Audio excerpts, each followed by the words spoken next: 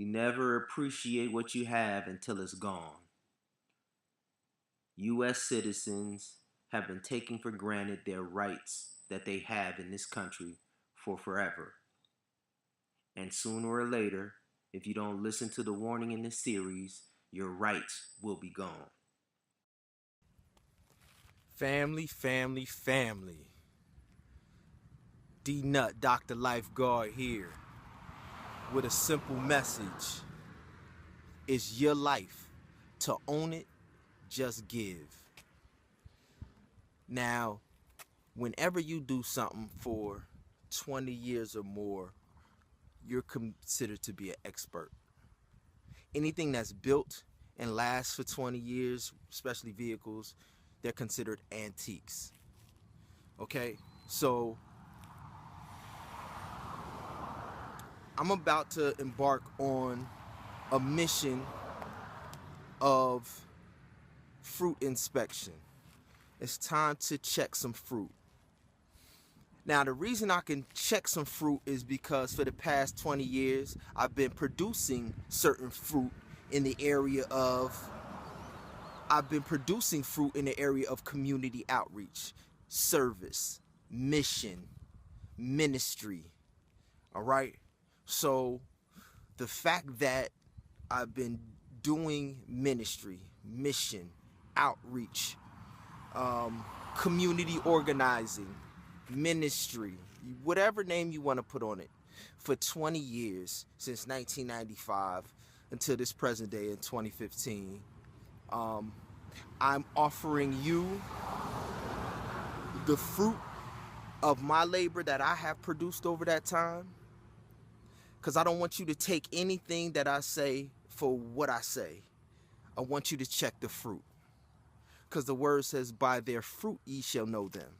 So when I say I'm Dr. Lifeguard, check my fruit. When I say I'm the fruit inspector, right? Just check the fruit.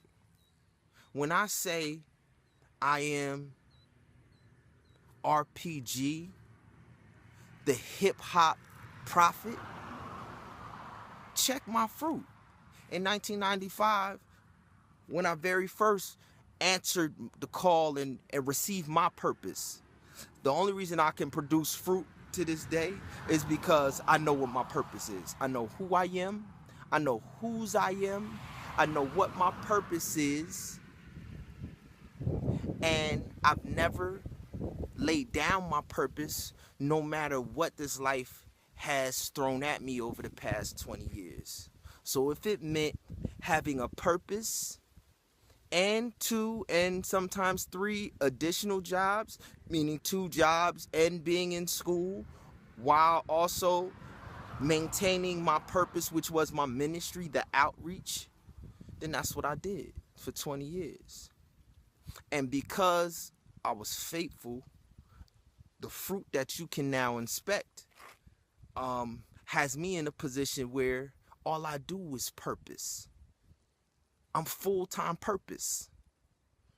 There is no other second, third job. It's only purpose. 100% purpose. All right? But I'm here because, and I'm having this discussion because of deception. All right? We're going to check the fruit around deception. Hey everyone, I just got this article that just came over my desk from a brother in the faith. It has to do with something that Obama did with the Jesuits. And you got to check this out.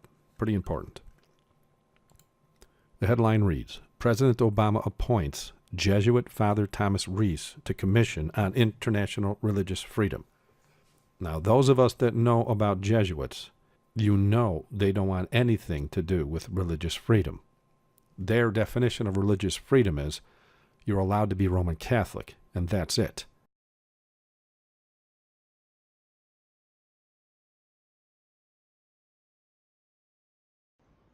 When the Reformation threatened the power of the Catholic Church and drew millions of people away from its clutches, Satan established a counter-reformation designed to nullify the threat and reassert its position of dominance.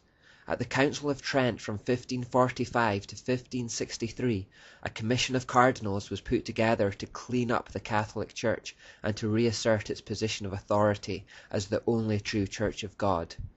Fundamental to this movement was the establishment of new religious orders. The most famous order to be created at this time, and the one that has gone on to become the largest in the world, was the Society of Jesus, or as they are more commonly known, the Jesuits. They would become one of the most infamous organizations in history. It's important we explore the Jesuits because it gives us deep insight into the mind and tactics of our enemy, but for that same reason I want to preface it with a warning that the next few parts will be dealing with some very twisted and evil themes.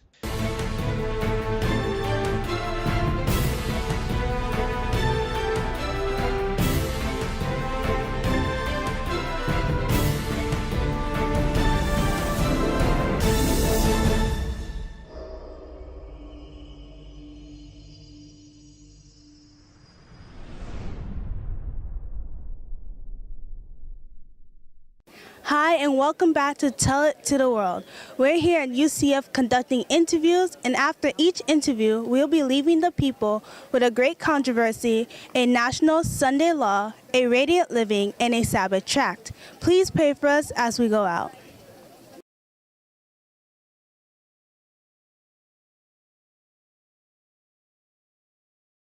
How much do you value your First Amendment rights, specifically religious freedom? A lot. I mean, I value them a lot, yeah. And why do you value it a lot, Carson? Because it's kind of what it's my values. It's what I want to do. So I want to be able to practice what I want to do and not being forced into something else. How much do you value your First Amendment rights, specifically religious freedom? I value it a lot. I think it's something that a lot of countries should value, not just us, but my religion is very important, so yeah. And everybody should be able to express themselves how they want to religiously, or not. How much do you value your First Amendment rights, especially religious freedom? I feel like everyone should be able to voice their opinion. And I feel like if you're Christian, if you're Judaism, if you're Hinduism, I think that all religions believe in a God, and if you believe in a God, at the end of the day, you shouldn't deflect anyone's beliefs on how God exists. Do you know what the U.S. Commission on International Religious Freedom is? I do not.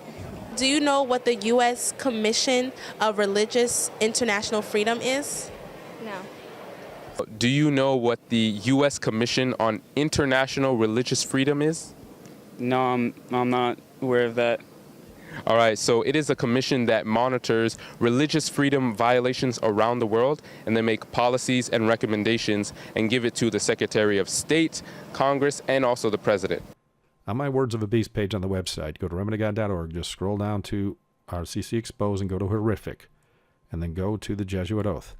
Before reading this oath, I'm not going to read the whole thing, of course, but in the oath, they more or less state that they're going to infiltrate every denomination on earth to meld them towards Catholicism. And this is why you see the ecumenical charge being so successful today. All churches are under Rome now, including the SDA Church. But before reading this red paragraph, please, if you have any children nearby or anybody that doesn't like to hear this kind of stuff that's kind of blood-curdling, get them out of the room.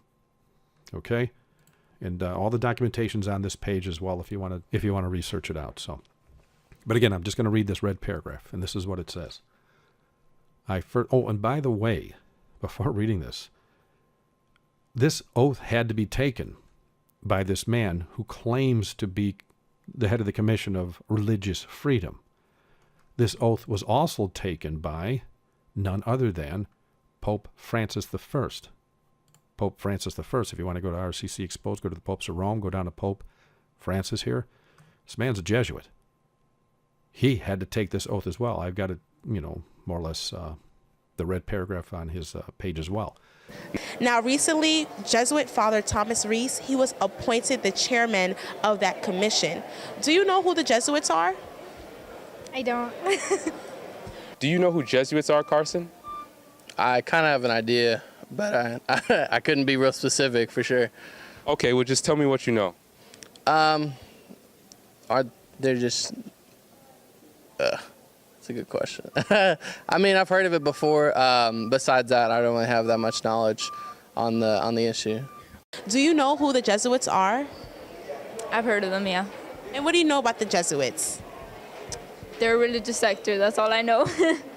So yes, the Jesuits actually are a congregation of men which are a part of the Roman Catholic Church. And what we're going to do is we're going to read an excerpt from their oath. And I'm going to have